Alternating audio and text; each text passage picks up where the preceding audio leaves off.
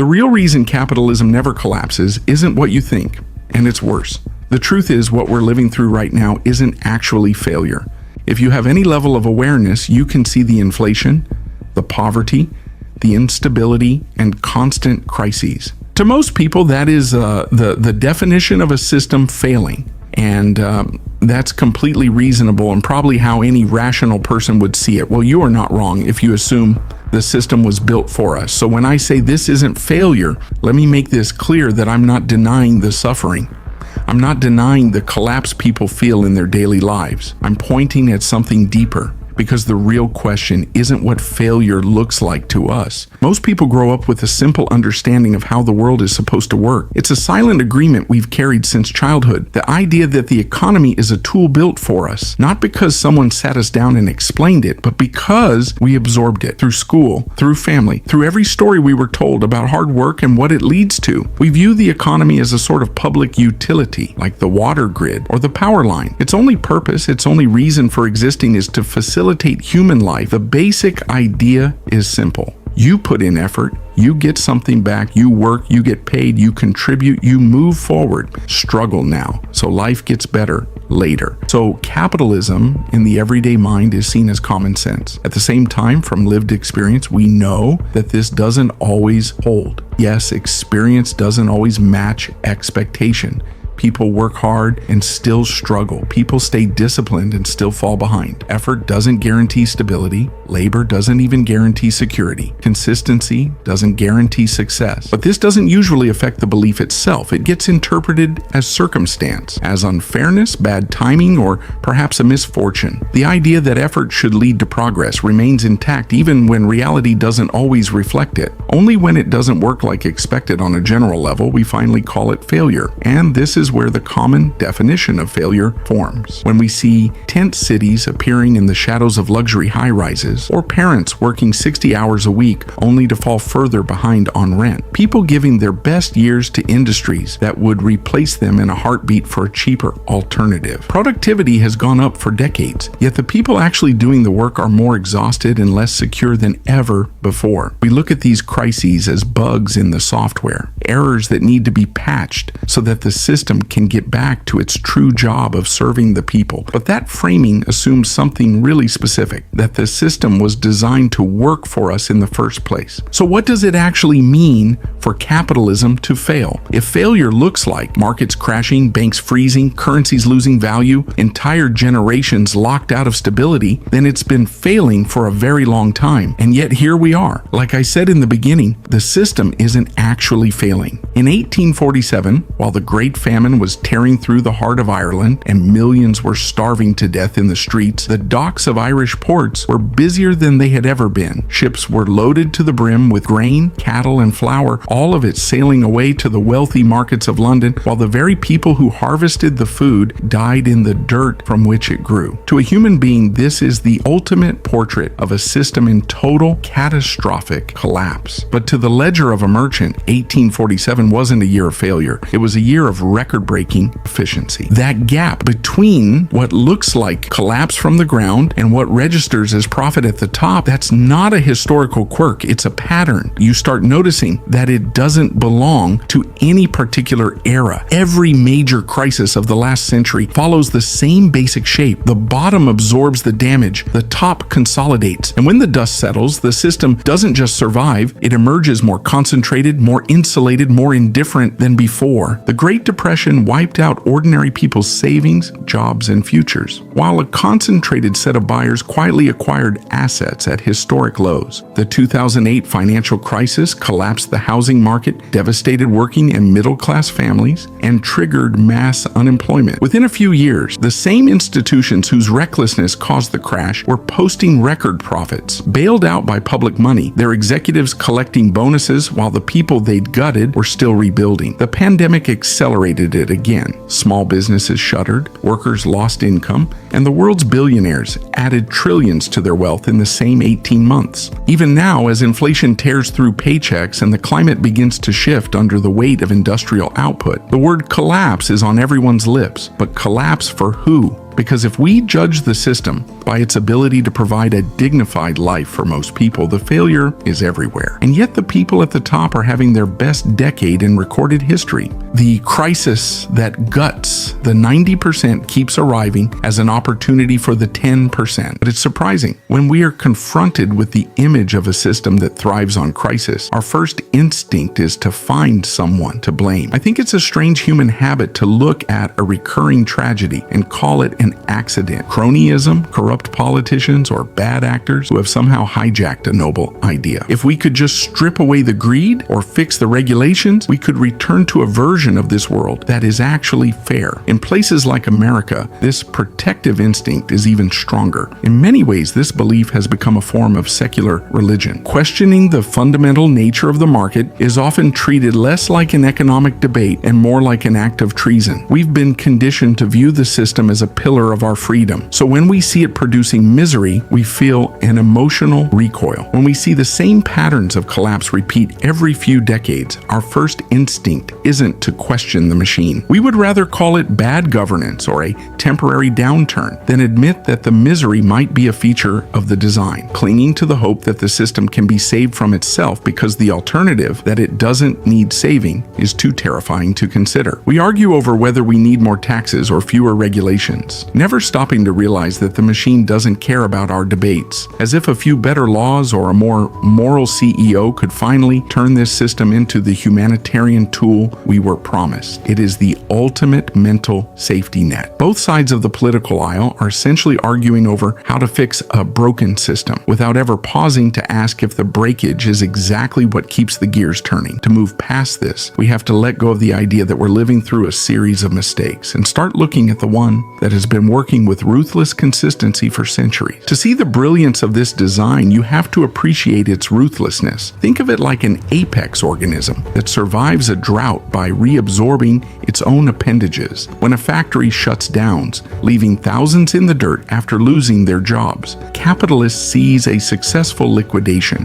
That capital has been retracted and moved into a higher yield environment. By shedding the dead weight of those lives, the capital holder becomes more profitable. Mathematically, the system has optimized itself. The total wealth in the hands of the individual has increased, even if the survival rate of the collective has plummeted. The logic of our economy isn't an accident of nature. It is a choice made every single day. When a corporation decides to lay off 5,000 people during a record profit year, when an investment firm bets on the price of grain to go up while a country is facing a drought, they aren't failing to feed the hungry. They are succeeding at their actual job. The machine doesn't see people. It sees assets, liabilities, and opportunities for accumulation. Suffering can coexist with success. Extreme concentration of wealth can happen at the same time millions struggle to survive. Recessions can ravage communities. Yet markets continue producing profit. In any other system, a pandemic or a war is a threat to the foundation. Here, it is a market opening. When the price of basic necessities spikes beyond the reach of the average person, we see a crisis of affordability. But on the ledger, that is a masterclass in supply-side efficiency. The suffering of the many is the mechanical requirement for the record-breaking success of the few. It's like a biological miracle of sorts, a virus that doesn't just survive the host's fever but uses the heat to replicate faster. The genius is in its indifference. It doesn't hate the worker anymore than a fire hates the wood it burns. It simply recognizes that the individual's accumulation is the only metric that guarantees continuity. If 99 people have to lose everything so that one person can double the value of their holdings, the system hasn't just survived. It has effectively cannibalized the collective to armor the individual. In this world, your struggle is the very proof that it's working. Every dollar of efficiency found by a massive company is usually a dollar taken from a worker's pocket or a community's safety. The system doesn't coexist with suffering. It harvests it. U.S. corporations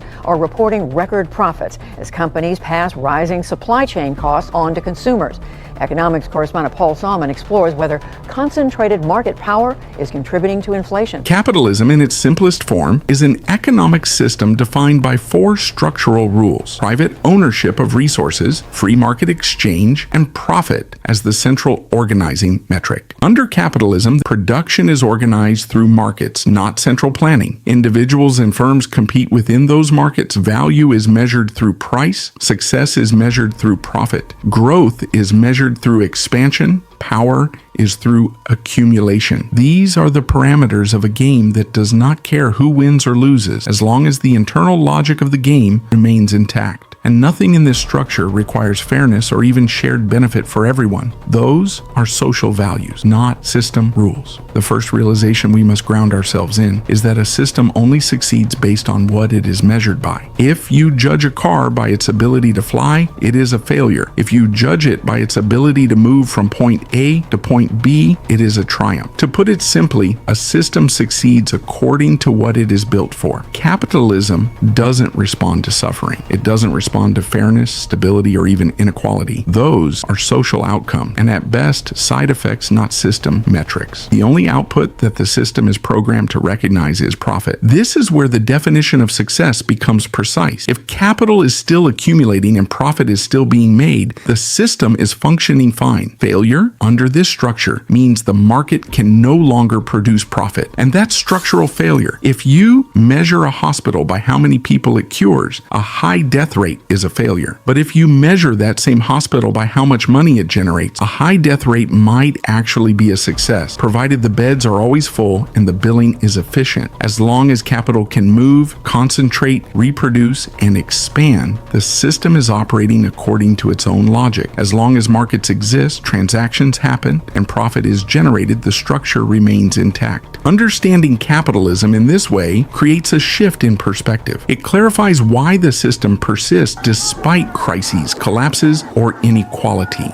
And when you look at history closely, something becomes clear very quickly. The moments people remember as collapse are often the same moments the system restructures and grows stronger. Look at the transatlantic slave trade. Slavery is the ultimate moral failure. But from a purely economic standpoint, it was a triumph of brutal efficiency. For capitalism to reach its peak, it requires 2 things: the lowest possible cost of labor and the highest possible margin of profit. Slavery provided both with terrifying precision. By removing the cost of a human life and treating people as depreciating assets, the system didn't just make profit, it exploded. It built the foundation of the modern global economy, created supply chains, banking institutions, insurance markets, shipping industries, and commodity exchanges. Entire financial systems were built on the premise of human ownership. In fact, every institution we rely on today was essentially stress tested during this era. The suffering was catastrophic, but the economic outcome was expansion. Slavery wasn't the machine running without brakes. It is the logical endgame of a system that prioritizes ownership and accumulation over human life. To the people being traded, it was an apocalypse, but to the capitalist, it was a golden age of productivity. And let's be honest, slavery didn't end because we suddenly grew a conscience. It ended because it became cheaper to exploit people through more subtle, modern means. If a system can take the total dehumanization of millions and turn it into the bedrock of global wealth, it has proven that it can survive and thrive on a diet of absolute human misery. Colonialism followed the same pattern of extraction, but scaled it up until it covered the entire planet. From Congo to Bengal land was taken, dismantling everything that made those societies self-sufficient. Local industries were weakened or replaced. If it had a market price, rubber, oil, cotton, it was stripped out and shipped off to feed the industrial hunger of a distant capital. What remained behind were disrupted economies and borders drawn without regard for the people living within them. We're talking about entire societies being dismantled and forced to serve a single purpose: extraction. Long-term instability still followed decisions made far away from the people affected.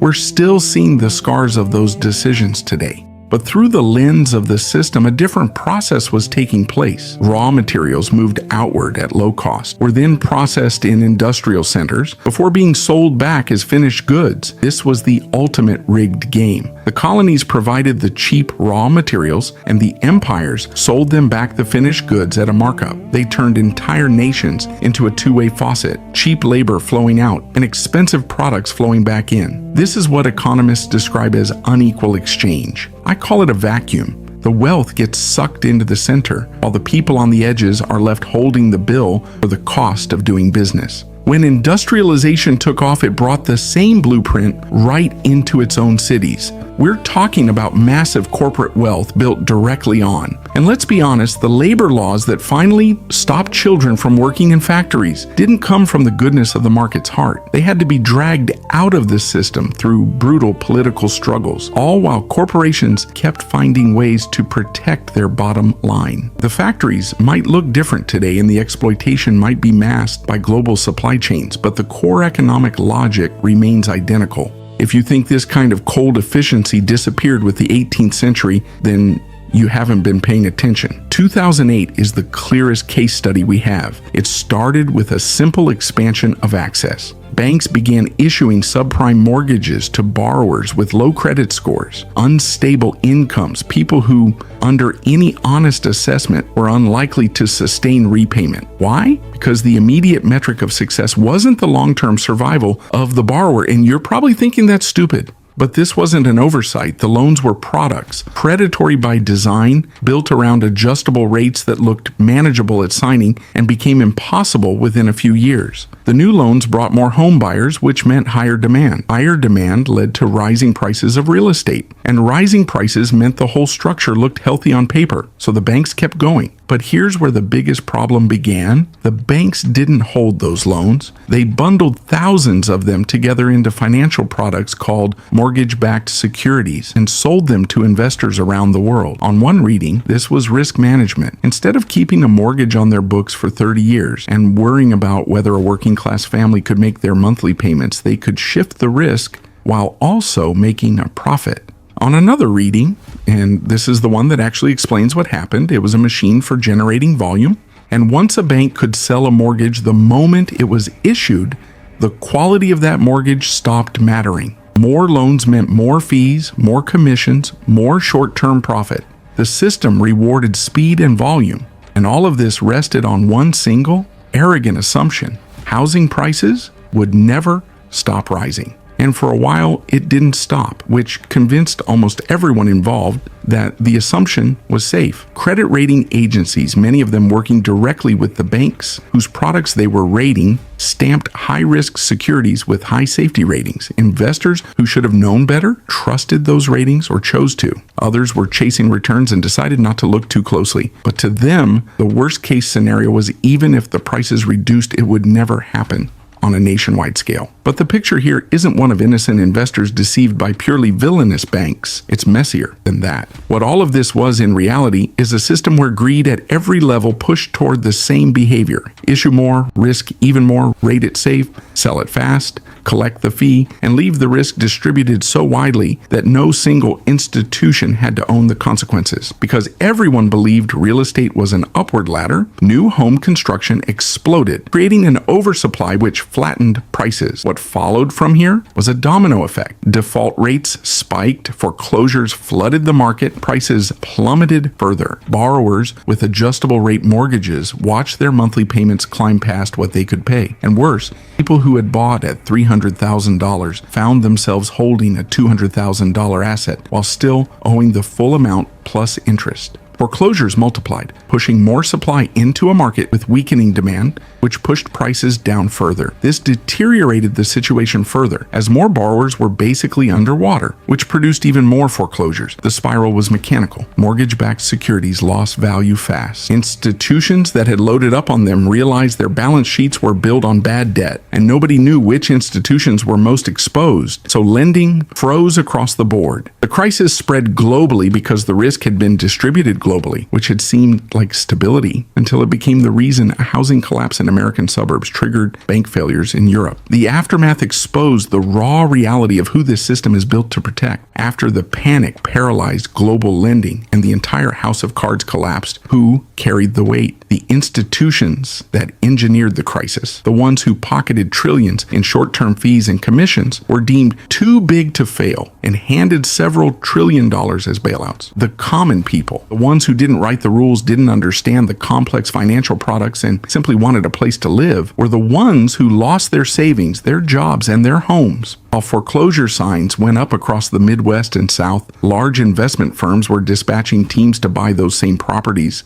at cents on the dollar. Not dozens of homes, but tens of thousands systematically, with capital that had just been publicly guaranteed. A generation that might have owned property was quietly converted into a permanent tenant class, paying rent to the same institutions that had just been made whole with public money. The people who built the machine, ran it past its limits, and sold its wreckage to unsuspecting buyers got rescued. The people who had simply taken out a loan to own a home did not. Here is the thing that makes capitalism almost impossible to argue against in public. It never has to answer for itself. When someone succeeds under capitalism, the explanation is personal. Talent, discipline, risk, tolerance, good decisions. The system gets no credit because the individual supposedly earned it. When someone fails, the explanation is also personal. Poor choices, wrong skills, bad timing. In both directions, the structure disappears from the conversation. What remains is just a person who either made it or didn't. This is not an accident. It's the deepest form of protection any system has ever designed for itself. Capitalism distributes accountability downward while concentrating reward upward.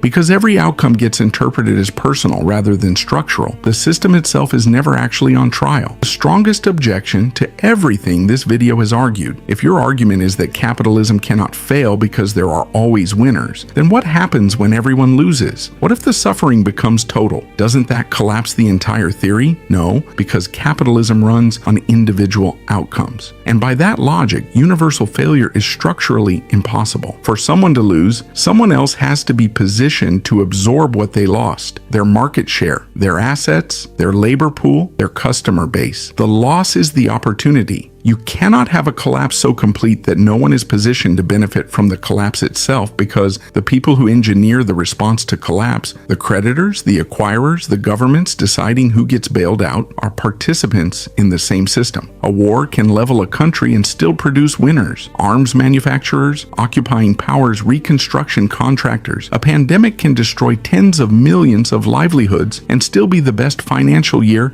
Amazon and Netflix ever had. A national economy can collapse completely while global markets absorb the shock and redistribute the opportunity elsewhere. A company can go bankrupt while its three closest competitors grow. There has never been, in all of recorded economic history, a moment where every single participant lost simultaneously. Someone always comes out holding more than they came in with, which brings you to the last thing worth saying clearly, because up to this point you might expect this argument to land somewhere like capitalism is evil. It isn't. That framing actually lets it off the hook, because evil implies intent, and intent implies something that could choose differently. And when harm occurs inside that function, when workers are displaced, when communities collapse, when entire industries are automated out of existence, it registers as efficiency. Think about automation. Right now, a single piece of industrial machinery can replace 100 workers in a factory.